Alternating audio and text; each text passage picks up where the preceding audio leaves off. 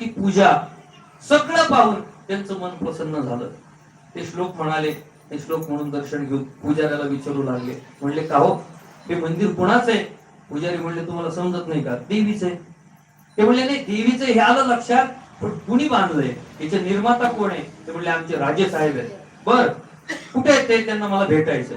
एका शिपायाला दिलं सोबत पुजाऱ्यांनी, राजे साहेबाला भेटलं. वा वा वा काय सुंदर मंदिर बांधलं राजे साहेब. ब्राह्मण देवता बोलू लागली, पंढरपूरचे ब्राह्मण होते लक्षात ठेवा.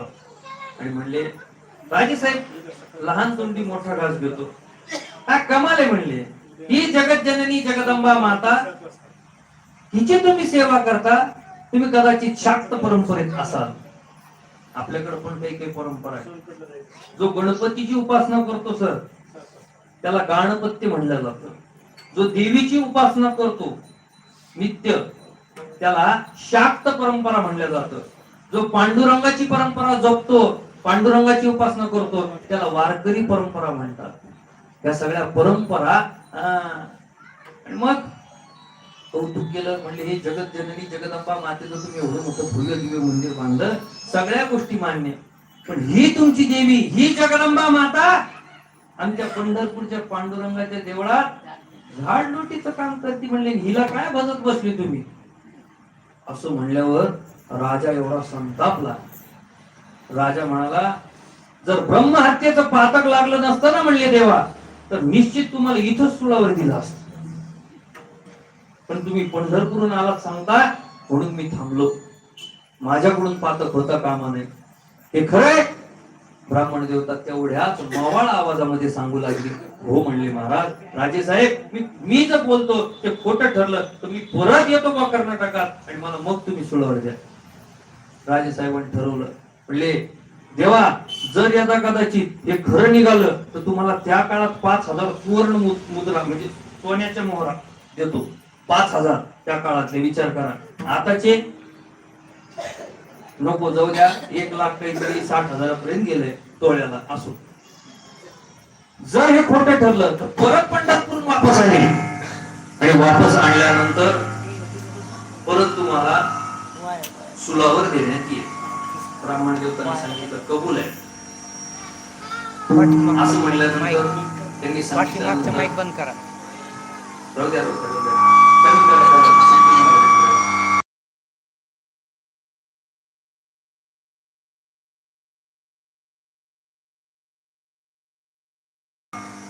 याचा पण खूप वाढलाय आवाज.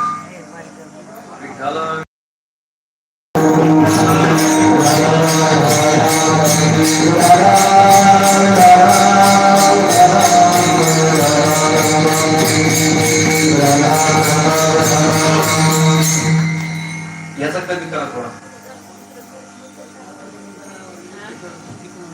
फार झालं बोलतो सगळ्या अडचणी.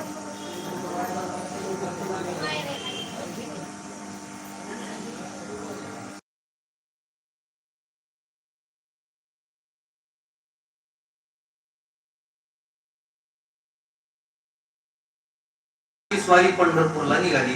पोशाख घेतला, काही घोडदळ काही पायदळ असं सगळे जण मिळून आनागोंदी ते पंढरपूर स्वारी निघाली. पंढरपूरला ब्राह्मण देवता पोहोचले, सगळे जण आले.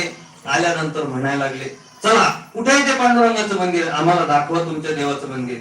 ते म्हणले तसं नाही, आधी चंद्रभागे स्नान, तुका मागे ह्याची दान. म्हणले चंद्रभागे स्नान करावं लागते म्हणे, तसं जमत नाही.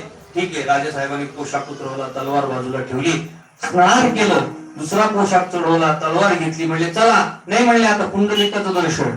पुंडलिकाचं दर्शन घेऊन मग पांडुरंग परमात्म्याच्या देवळाकडे निघाले. जसे मंदिरात प्रवेश केला, प्रवेश केल्यानंतर आता मात्र ब्राह्मण देवतेला घाम फुटला. म्हणले देवा बोलून तो बसलो बा, आता बघा माझी लाच सगळी तुमच्या हातात आहे. सांगितलं तर बा मोठ्या आयटीने मी देवी झाडून घेतली म्हणून. पांडुरंगाने वामंगी आहे ना ती डाव्या हाताला, फक्त डाव्या बाजूला बघितलं. त्यावेळेस बघितल्या कळत होतं महाराज आले चहा टाक म्हणून. आता महाराजांना चहा करावा लागतो. नाही आलं लक्षात, जाऊ दे द्या सोडून. मला वाटलं तुम्ही सगळे संन्यासी आहे का काय.